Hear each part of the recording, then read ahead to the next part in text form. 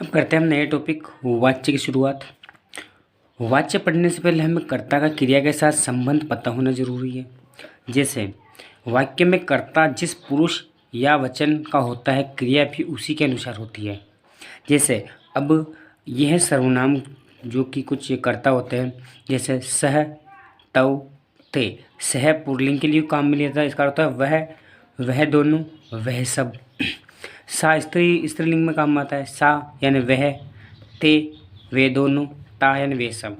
तत् नपुंसक लिंग के लिए काम आता है, तत् यानी वह, ते यानी वे दोनों और तान यानी वे सब। ठीक है।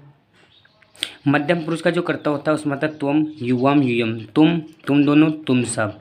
और उत्तम पुरुष में जो कर्ता होता है वह अहम, आवाम, वयम। मैं, हम दोनों, हम सब। अब वैसे क्रिया भी काम आती है। प्रथम पुरुष एक वचन के लिए क्रिया आती है पठती, प्रथम पुरुष द्विवचन के लिए आता है पठत्ता है, और प्रथम पुरुष बहुवचन के लिए आती है पठंती। तो पठती, पठत, पठंती, पठसी, पठत, पठत, पठामी, पठाव, पठावम। अब कर्ता है क्रिया का संबंध कैसे होगा? जैसे अगर हम कर्ता लेते हैं सह, तो स है प्रथम पुरुष एक वचन है, तो क्रिया भी उसी प्रकार प्रथम पुरुष एक वचन के लिए जाएगी। कौन सी आएगी? सह पठती। अब कर्ता हम अगर प्रथम पुरुष द्विवचन का लेते स्त्रीलिंग में ते, तो इसके साथ भी क्रिया क्या जाएगी? प्रथम पुरुष द्विवचन की पठत्तः।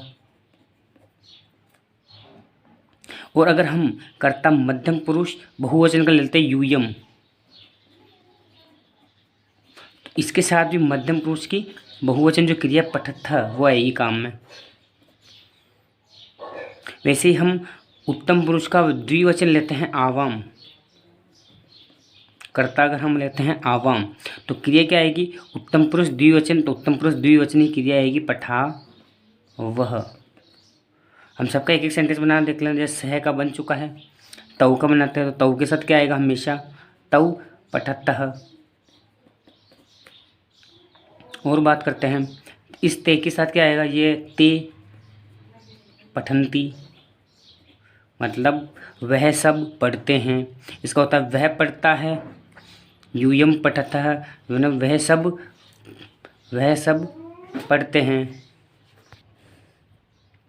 यूयम के साथ आएगा यूयम पठतः, सह पठती, तौ पठतः, ते पठन्ति, त्वं पठसि, युवां पठतः, यूयम पठतः, अहम पठामि, आवाम पठावः, वयम पठामः। ये कर्ता के साथ क्रिया जुड़ी होती है। अभी अर्थ क्या होता है? वह पढ़ता है, वह दोनों पढ़ते हैं, वह सब पढ़ते हैं, तुम पढ़ते हो, तुम दोनों पढ़ते हो, तुम सब पढ़ते हो। इसका आ जाएगा अहम पठामि, मैं पढ़ता हूँ, आवाम पठावह, वह हम दोनों पढ़ते हैं, वयम पठामि, हम सब पढ़ते हैं। ये कर्ता के क्रिया के साथ संबंध है। अब यहाँ क्रिया बदल भी सकती है। जैसे यहाँ क्रिया हम जाना गम धातु भी ले सकते, गच्छ धातु भी ले सकते। गम धातु जो कि जाना होता है, गम धातु भी काम में ले सकते हैं। गम यानी जाना, तो इसका क्या बनेगा? क्रिया संबंध गच्छति, गच्छतः, गच्छन्ति, गच्छसि, गच्छतः, गच्छतः, गच्छामि, गच्छाव, गच्छामः। तो इसके साथ अहम के साथ क्या आएगा? अहम गच्छामि, अहम गच्छामि। त्वम के साथ क्या आएगा? त्वम गच्छसि। और तानी के साथ क्या आएगा? तानी गच्छन्ति। तो तानी प्रथम पुरुष का बहुवचन क्रिया, प्रथम पुरुष बहुवचन क्या है? गच्छन्ति। यह कर्ता का क्रिया के साथ। अब यहाँ क्रिया बदल भी सकती है। मैं बताया गच्छ धातु हो सकती है, उसके अलावा लिख धातु हो सकती है, कोई सी भी धातु आ सकती है, लेकिन कर्ता के साथ हमेशा वही है। जो कर्ता जिस पुरुष या वचन का होगा, क्रिया भी उसी पुरुष या वचन की लगाई जाएगी। वाच्य परिवर्तन, वाक्यों को कहने का तरीका या ढंग वाच्य कहलाता है। वाच्य तीन प्रकार के होते हैं: कर्तृवाच्य, कर्मवाच्य, भाववाच्य। कर्तृवाच्य की बात करते हैं, यहाँ कर्ता की प्रधानता होगी। कर्ता में प्रथमा विभक्ति होगी और कर्म में द्वितीय विभक्ति होगी।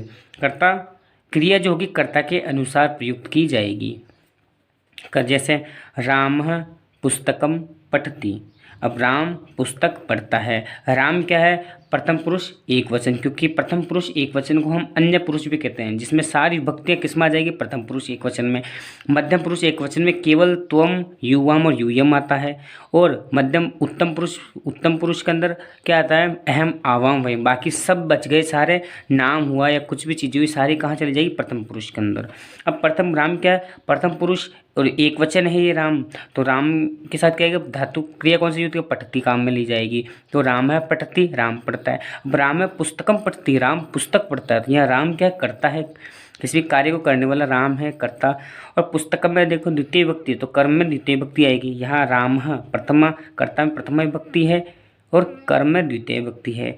क्रिया जो है कर्ता के अनुसार लगी हुई, क्योंकि कर्ता प्रथम पुरुष एक वचन है तो क्रिया भी प्रथम पुरुष एक वचन की लगाई गई है, तो क्रिया जो है कर्ता के अनुसार लगी हुई है। अब बात करते कर्मवाच्य की। यहाँ कर्म की प्रधानता होगी, कर्ता में तृतीय विभक्ति होगी, क्रम में प्रथमा विभक्ति होगी। क्रिया कर्म के अनुसार लगाई जाती है, जैसे रामेण पुस्तकानि पठ्यन्ते। अब जो रामेण है, रामेण में कौन सी विभक्ति है, ये भी प्रथम पुरुष एक वचन ही कहलाएगा, क्योंकि सारी विभक्तियाँ जो होती हैं वो प्रथम पुरुष में जाएगी। तो रामेण क्या है, तृतीय विभक्ति एक वचन है, लेकिन ये जाएगा कैसे, प्रथम पुरुष के अंदर जाएगा। तो प्रथम पुरुष एक वचन है रामेण, तो इसके साथ क्रिया लगनी चाहिए थी पठती क्रिया लगनी चाहिए थी, लेकिन यहाँ पठयन्ते लगा हुआ है। कौन सा, प्रथम पुरुष का बहुवचन लगा हुआ आत्मनेपदी का। और पुस्तकानि क्या है, बहुवचन है, पुस्तकम पुस्तके पुस्तकानि, तो पुस्तकानि क्या प्रथम पुरुष बहुवचन है, तो ये प्रथम पुरुष बहुवचनी क्रिया ही लगी हुई है यहाँ पर। तो जो क्रिया है वो कर्म के अनुसार लगी हुई है, इसलिए कौन सा कर्मवाच्य है। और कर्म के अंदर प्रथम, जिस सेंटेंस में जिसमें प्रथम विभक्ति आती है उसी शब्द की प्रधानता होती है। चाहे प्रथम विभक्ति कर्ता के अंदर है तो कर्ता की प्रधानता होगी, प्रथम विभक्ति अगर कर्म के अंदर है तो कर्म की प्रधानता होगी। अब पुस्तकानि क्या प्रथम विभक्ति है, फलम फले फलानी, पुस्तकम पुस्तके पुस्तकानि, ठीक है, प्रथम पुरुष बहुवचन है ये, प्रथम विभक्ति का बहुवचन, तो इसके साथ भी ये बहुवचन ही आया है। अब बात करते हैं भाव की। यहाँ भाव की प्रधानता होती है, तो भाव अर्थात क्रिया की प्रधानता होती है। यहाँ इस सेंटेंस में केवल दो ही जन होंगे, कर्ता या क्रिया। अब यहाँ कर्ता में तृतीय विभक्ति होगी, वो कर्म का अभाव होगा, कर्म होगा ही नहीं सेंटेंस में। क्रिया सदैव प्रथम पुरुष एक वचन की होगी। क्रिया चाहे राम किसी भी विभक्ति कोई से वचन, लेकिन क्रिया प्रथम पुरुष की एक वचन ही रहेगी इसके अंदर। जैसे रामेण क्या वाक्य का करता है। और पठ्यते क्या है, अब रामेण प्रथमा तृतीय व्यक्ति का एक वचन, तृतीय व्यक्ति आगे वाले प्रधानता इसकी नहीं है। पठ्यते कर्म है ही नहीं, कर्म की प्रधानता नहीं, तो बच्चा है क्या केवल क्रिया। तो क्रिया क्या प्रथम पुरुष एक वचन है आत्मनेपदी का, इसलिए क्रिया की प्रधानता, इसलिए यहाँ कौन सा सेंटेंस है, भाववाच्य है। अब हम कुछ प्रयोग करेंगे, इनके कुछ नियम लिखेंगे इनके। अब कर्मवाच्य भाववाच्य की क्रिया बनाने के नियम। अब जो हम क्रिया बनाएंगे कर्मवाच्य कर्तृवाच्य को परिवर्तन करते हैं। जब कर्तृवाच्य दो ही वाक्यों में परिवर्तन होगा, या तो कर्म में परिवर्तन होगा या भाव के अंदर परिवर्तन होगा, तो दोनों को परिवर्तन करने के नियम। जब मूल धातु है उसमें ये जो लगाया जाता है, मूल जो धातु है, जैसे पठ मूल धातु है, पठती की मूल धातु पठ है, पठ में ये जोड़ दिया तो ये ठयादा, ये ठयादे। लिख जो धातु उसमें लिख आदा तो लिख्य बन गया या लिख्य। अब पच जो धातु पच्चे बन जाएगी, तो ये जुड़ जाएगा इसका मूल धातु जो होती है उसके अंदर। जैसे पठती है, मूल धातु तो पठ है, इसके अंदर लिखती लिखत लिखनती, तो मूल धातु लिख है। अब धातुओं के रूप आत्मनेपदी में चलाए जाएंगे, जैसे पठ्यते पठयेथे पठयन्ते, पठ्यसे पठयते पठ्यध्वे, पठिए पठियावहे पठियामय। 99% तो यही काम में आता है, ये प्रथमा पुरुष यही होता है, उत्तम पुरुष के साथ दूसरा आते हैं भाई, यही काम में आता है 99%। पठ्यते पठयेते पठ्यन्ते, ठीक है। अब कुछ धातुओं के अंदर परिवर्तन होता है, जैसे क्री धातु तो क्रियते बन जाता है, पृच्छ धातु तो पृच्छति बन जाती है, रह लिंग री बन गया पृच्छते। यज धातु तो इज्जते बन जाता है, ध्यान रखना इज्जते में कौन सी धातु है, यज धातु है। वद का उद्यते बन जाता है, मृ का म्रियते बन जाता है, ग्रह का गृहते बन जाता है, वच का उच्यते बन जाता है, वस का उष्यते बन जाता है। यह वद धातु है, वद धातु को उद्यते बना है, और वच का उच्यते, ध्यान रखिए, वस का उष्यते।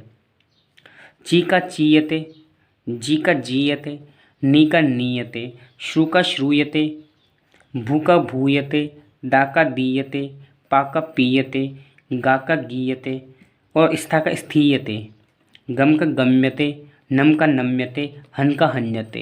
ये कुछ क्रियाएं जो हमें पता होना जरूरी है, जिनका जो अपन नियम परिवर्तन करेंगे। इसके अलावा लास्ट और फाइनल नियम एक और है, जिसमें हम सर्वनाम क्रिया का बहुवचन करना। जैसे अब कोई शब्द धातु रूप आ जाए, उसका शब्द रूप आ जाए, उसका तृतीय विभक्ति कर सकते हैं, लेकिन सर्वनाम का तृतीय विभक्ति कैसे करेंगे? जिसे हमने स्टार्टिंग में दिया सह, तव, ते, ये शब्द देखे थे। तो सह किसमें परिवर्तन होगा? तेन के अंदर। तव किसमें परिवर्तन होगा? ताभ्याम में। ते किसमें? तई में चेंज हो जाएगा। सा तया में चेंज होगा। ते ताभ्याम में चेंज होगा। और ताह ताभि में चेंज हो जाएगी। ये तृतीय विभक्ति है। सह की तृतीय विभक्ति क्या हो जाएगी? तेन। सा की तृतीय विभक्ति तया। अब त्वया की तृतीय विभक्ति त्वम। त्वम की तृतीय विभक्ति क्या होगी? त्वया। ये उल्टा हो गया। त्वम की तृतीय विभक्ति त्वया। युवाम की युवाभ्याम। यूयम की युष्माभि। अहम की मया तृतीय विभक्ति। अहम की तृतीय विभक्ति क्या है? मया। आवाम की आवाभ्याम। वयम की अस्माभि। ये कुछ नियम थे इसके। अब हम कुछ वाक्य परिवर्तन करके देखेंगे इन नियमों को लगाकर। अब हम करते हैं कुछ उदाहरणों की प्रैक्टिस, जिसमें सबसे पहले आता है सह पठती। देखो सह क्या है? प्रथम पुरुष एक वचन, तो क्रिया भी प्रथम पुरुष एक वचन ही है ये। और ये कौन सा वाच्य है? कर्तृवाच्य है। ठीक है। अब इसमें कर्म का अभाव है, इसलिए ये कर्मवाच्य में तो परिवर्तन होगा नहीं, होगा भाववाच्य में परिवर्तन। तो भाववाच्य में परिवर्तन करने के लिए हम सह किसमें बदलेंगे? सह बदलेगा तेन के अंदर। ठीक है। और जो पठ धातु है, धातु रूप का आत्मने पट्टी, पठ का क्या बनेगा? पठ्य बन जाएगा। ये अलग मैंने बोला पठ, ये जुड़कर प्रथम विभक्ति का एक वचन बनेगा। भाववाच्य में हमेशा प्रथम पुरुष का एक वचन ही बनता है, और आत्मनेपदी में प्रथम पुरुष का एक वचन क्या? पठ्यते। इसलिए ये चेंज किसमें हो गया? भाव के अंदर, भाव वाच्य में। क्योंकि कर्मवाच्य में परिवर्तन हो नहीं सकता, क्योंकि कर्म का अभाव है इसके अंदर। दूसरा सवाल तव पठते, यहाँ भी कर्म का अभाव। अब तव किसमें चेंज होगा? ताभ्याम में। ताभ्याम में चेंज हो गया तव। अब पठता, अपन ये नहीं देखेंगे भाई ये प्रथम पुरुष का द्विवचन है, तो हम इसका भी प्रथम पुरुष द्विवचन नहीं, यहाँ ये विभक्ति है। ये कौन सी विभक्ति? तृतीय विभक्ति का बहुवचन है। तो अब क्रिया के अनुसार चलेगा, और भाववाच्य के अंदर क्रिया हमेशा प्रथम पुरुष एक वचन में ही होती है, इसे पठ्यते ही लगे, क्योंकि ये भाव में परिवर्तन हो रहा है, और भाव में क्रिया क्या होती है? प्रथम पुरुष एक वचन ही होती है। अब बात करते हैं अहम कथाः पठामि। तो अहम क्या है? अहम को तो चेंज कर देंगे मया के अंदर। और अगर इसमें कर्म के अंदर प्रथमा विभक्ति होती है, कर्म में कौन सी विभक्ति आ जाएगी? प्रथमा। अब इसकी विभक्ति कथा, कथे, कथाः, तो प्रथम विभक्ति क्या आ जाएगी? कथा।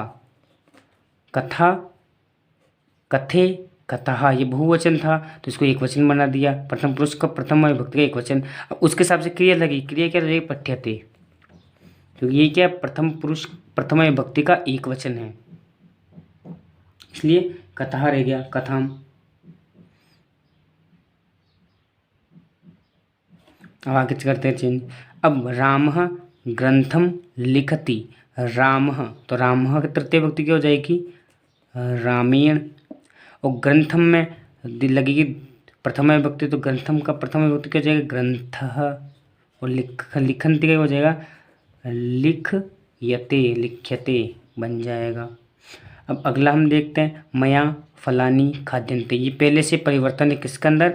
ये कर्म दिख रहा है, कर्मवाच्य में परिवर्तित है। अब मया किसे परिवर्तित हो जाएगा? अहम के अंदर। अब यहाँ ये जो फलानी है ये भी प्रथमा विभक्ति के अंदर ही है, प्रथमा विभक्ति का बहुवचन है, तो ये तो चेंज होगा नहीं, क्योंकि हम कर्म को प्रथमा विभक्ति लगाते हैं, प्रथमा विभक्ति ये पहले से ही है। और खाद्यन्ते, खाद्यन मूल धातु क्या है? खाद धातु है, तो खाद्यति क्या बन जाएगा? खादती। खादामी। अहम के साथ क्या आएगा? खादामी, इसलिए खादामी आएगा यहाँ पे। अब देखो सह पत्र पठती या सह पत्रम पठती, तो क्या बन जाएगा? सह का तो बन जाएगा तेन, पत्रम बन जाएगा पत्रम ही रहेगा, और पठती पत्रम के हिसाब से लगेगी, तो पठ्यते। सह पत्रम पठत है। अब बात करते हैं नृप। तो नृप का तृतीय विभक्ति क्या हो जाएगा? नृपेण। धन का धनम ही रहेगा, और ददाती का दीयते। धन ददाती धातु मूल शब्द क्या? दा, और दा किसे परिवर्तित होता है? दीयते में। बताते हैं अब ये परिवर्तित है पहले से किसमें? कर्मवाच्य में, तो इसको हम कर्तृवाच्य में परिवर्तन करेंगे। तेन का क्या हो जाएगा? तेन किसे बदलता है? सह का तेन होता है, तेन का भी सह हो जाएगा। कथा बहुवचन है, तो ये कथा ही रहेगा प्रथम पुरुष। और पठ्यन्ते की जगह पठती। सह कथा पठति। अब बालकिन, बालकिन क्या तृतीय विभक्ति है, तो इसका एक वचन क्या होता है, प्रथम विभक्ति क्या चाहिए, बालकः। और हस्यते का बन जाए हसति, क्योंकि ये तो है भाववाच्य में और यह है कर्तृवाच्य के अंदर। अब तया प्रश्न पृच्छते, अब ये क्या है, ये कर्मवाच्य बदला हुआ है, इसको हम भाववाच्य, इसको हम कर्तृवाच्य बदलेंगे। तया की जगह क्या हो जाएगा, तया की जगह सा का तया होता है। प्रश्नम, प्रश्न में द्वितीय भक्ति आ जाएगी, तय क्या प्रश्न में ही है। और इसका पृच्छति, पृच्छति। इसके बाद अगर त्वम, त्वम को किसमें परिवर्तन करेंगे, तुम तया, त्वया में चेंज हो जाएगा। और गच्छसि का क्या बन जाएगा, गच्छते, गच्छते, सॉरी गम्यते बनता है, क्या बनता है, गम्यते। गच्छ धातु में गम्यते बनता है। मया की जगह क्या हो जाएगा, अहम। साधु, साधु की जो प्रथम विभक्ति क्या हो, साधुम, साधुम। और दृश्यते का क्या हो जाएगा, पश्यामि। देखो जो इसमें मेन धातु है दृश्य धातु, लेकिन जब हम इसके दृश्य धातु के रूप हम अगर परिस्मय पदी में चलाएंगे तो पश्य के रूप से चलेंगे, और आत्मनेपदी में चलाएंगे तो दृश्य के रूप में चलेंगे। अब यह है सह कार्यम करोति, तो सह किसमें परिवर्तन होगा, से होगा तेन में परिवर्तित। कार्यम, अब जब तेन में परिवर्तित तो कार्यम कौन सी विभक्ति है, प्रथमा तो ये, तो प्रथमा विभक्ति कार्यम का कार्यम ही रहेगा। और करोति तो हो जाएगा क्रियते।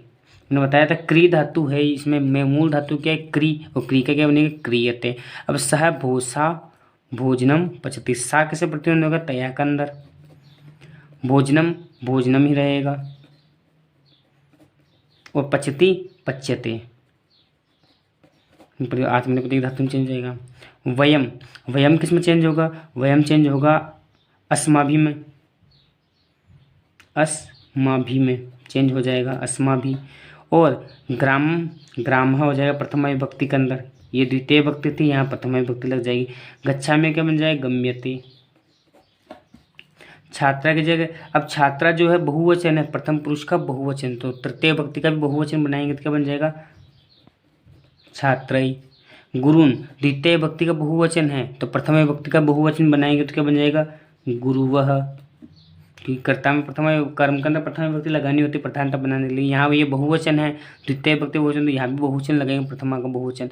अब इसके हिसाब से क्रिया लगी, क्रिया के लिए नमनती है तो नम्यते हो जाएगा, नमयन्ते, नमयन्ते बन जाएगा, तो ये भी बहुवचन लगी क्रिया भी कर्म के अनुसार। कर्म क्या है, प्रथम विभक्ति का बहुवचन, तो ये भी प्रथम पुरुष का बहुवचन लगेगा। अब अगला लास्ट, बालकः हसन्ति, तो बालक का तृतीय विभक्ति क्या है, बाल केन, और हस्ती का हस्यते। ये वाच्य कुछ नियम थे, अगर इसमें कुछ भी, अगर आपको कोई भी सेंटेंस समझ में नहीं आता तो कमेंट में बता दीजिए, मैं उसका सॉल्यूशन दे दूंगा इसके अंदर।